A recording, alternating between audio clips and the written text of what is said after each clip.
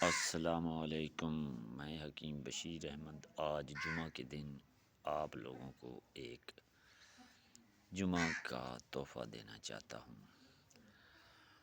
وہ ہے سرخ گندک یا سرخ کائی بھی اس کو کہہ سکتے ہیں۔ تو آئیے چلتے ہیں۔ سب سے پہلے اللہم صلی علی محمد النبی الامی وعلی آلہ وسلم تسلیم۔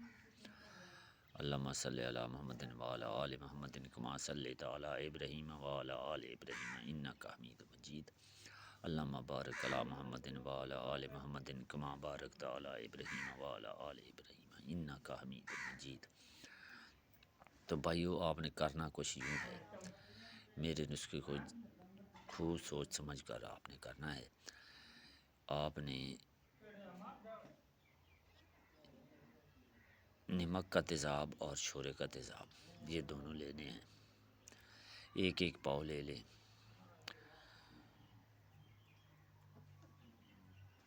ایک تولہ آپ نے چاندی لینی ہے، خالص چاندی، اس کو شورے کے تیزاب میں ڈال دینا ہے۔ شورے کا تیزاب اس کو کھا جائے گا اور اپنے اندر رکھ لے گا۔ اور اب اچھے قسم کا برادار یا اچھے قسم کا لوہا لینا ہے۔ اس لوہے کو آپ نے تیزاب نمک میں ایک پاؤ تیزاب نمک لے لیں، اس کے اندر رکھ دیں گے تو وہ آہستہ آہستہ اس کو اپنے اندر کھا جائے گا۔ مقصد آپ کو تیزاب نمک کو اس کے ساتھ کھلانا ہے تاکہ لوہے کو وہ کھا جائے۔ جب وہ اچھی طرح سے کھا جائے تو اس کا رنگ وہ تھوڑا سا رنگین ہو جائے گا، تو وہ اچھی طرح سے اس کو کھا جائے گا۔ تو پھر آپ نے ایسا کرنا ہے، میں نے ایک گندک آپ کو نمک کے اندر بنانے والی سکھائی ہے، میری ویڈیو میں وہ ہے۔ وہ گندک بھی آپ نے اپنے پاس ایک تولہ لے کر رکھ لینی ہے۔ وہ کیمونار گندک بنتی ہے اور مدبر ہوتی ہے، جو کسی چیز کو کالا نہیں کرتی۔ وہ بھی ایک تولہ اپنے پاس رکھ لینی ہے، جو کہ میں نے نمک میں بنانے والی آپ کو بتائی ہوئی ہے میری ویڈیو میں۔ میرے ویورز جانتے ہیں، میں نے نمک میں 4 کلو نمک میں ایک پاؤ گندک بتائی تھی، وہ میری ویڈیو بھی سن لینی ہے۔ اور وہ نمک والی گندک بنا کر آپ نے ایک تولہ اپنے پاس رکھنی ہے۔ اس میں سے ایک تولہ گندک کسی روغنی پیالے یا کسی روغنی برتن یا روغنی ہانڈی میں ڈال کر اوپر سے یہ دونوں تیزاب تھوڑا تھوڑا ڈالتے جانا ہے۔ یا تیزاب گندک والی جو شورے میں آپ نے چاندی کو کھلایا ہے وہ ڈال دینا ہے شورا۔ اس شورے کے اندر جو چاندی ہے اس کو بھی ڈال دینا ہے، اور آہستہ آہستہ سے یہ نمک والے تیزاب کو بھی اس کے اندر ڈال دینا ہے۔ جب یہ تینوں آپ نے کسی روغنی برتن میں ڈال لینے ہیں تو اس کے بعد آپ نے ہلکی آنچ پر اس کو اڑا دینا ہے۔ وہ چاندی حل شدہ ہے اور یہ لوہا بھی حل شدہ ہے، اور گندک بھی آپ نے اس کے اندر قیم شدہ ڈال دی ہے۔ آہستہ آہستہ ہلکی آنچ پر اس کو آپ نے اڑا دینا ہے۔ اگر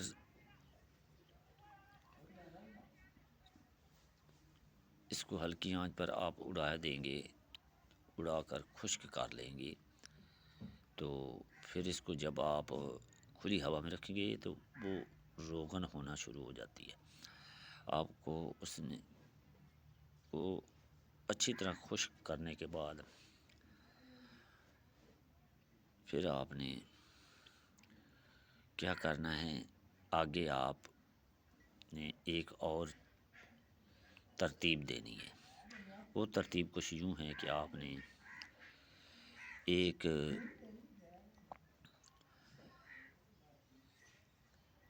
آپ کو اگر مل جائے تو گارلا کیسڈ، نہیں تو آپ نے یہ جو لہسن ہوتا ہے، لہسن کا پیاز کا نہیں، لہسن کا ایک لگدہ بنا کر اس کے اندر سے پانی نکالنا ہے اچھی طرح سے کھرل کر کے۔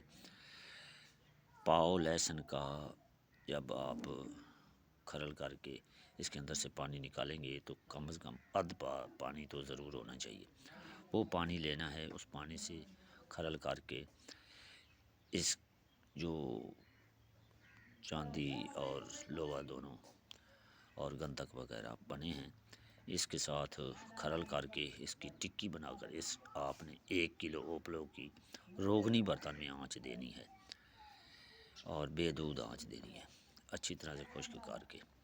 جب آپ یہاں سے نکالیں گے تو یہ آپ کی 1 نمبر کی اکسیر ہے۔ حالانکہ آپ نے چاندی ڈالی اور لوہا ڈالا، پھر بھی آپ نے اکسیر تیار کر لی ہے۔ یہ آگے طرح ہوتی ہے اور چاندی پر بھی طرح ہوگی، یہ پارے کی چاندی پر بھی پھر دوبارہ طرح ہوگی۔ یہ جی جو میرا دوست بنائے گا اسی کو پتہ چلے گا کہ میرے جیسے لوگ مسکین لوگ بھی ہوتے ہیں۔ میں نے اپنے ایک دوست کا نسخہ سنا، اس کو صحیح ترتیب دے کر آپ لوگوں کی خدمت میں حاضر کر دیا۔ میں نے یہ نسخہ جو آپ کو جمعہ کا دن مبارک دن ہے بتایا ہے، میں نے